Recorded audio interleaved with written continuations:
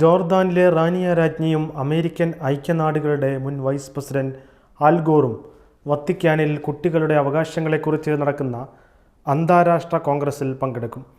ഫെബ്രുവരി 3 നടത്തപ്പെടുന്ന സമ്മേളനത്തിൽ Italian senator Liliana സെഗ്രെ, Malala Yousafzai, സമാധാന നോബൽ സമ്മാന ജേതാവായ ഇന്ത്യൻ ആക്ടിവിസ്റ്റ് കൈലാഷ് സത്യാർത്ഥി എന്നിവരും സമ്മേളനത്തിൽ പങ്കെടുക്കുന്നവരിൽ ഉൾപ്പെടുന്നു. ഇപ്പോഴും യാതൊരു അവകാശങ്ങളില്ലാത്തവരും, അപകടകരമായ സാഹചര്യങ്ങളിൽ ജീവിക്കുന്നവരും, ചൂഷണത്തിന് വിധേയരാക്കപ്പെടുന്നവരും, യുദ്ധത്തിൻ്റെ അനന്തരഫലങ്ങൾ അനുഭവിക്കുന്നവരുമായ ദശലക്ഷക്കണക്കിന് കുട്ടികളുണ്ട്.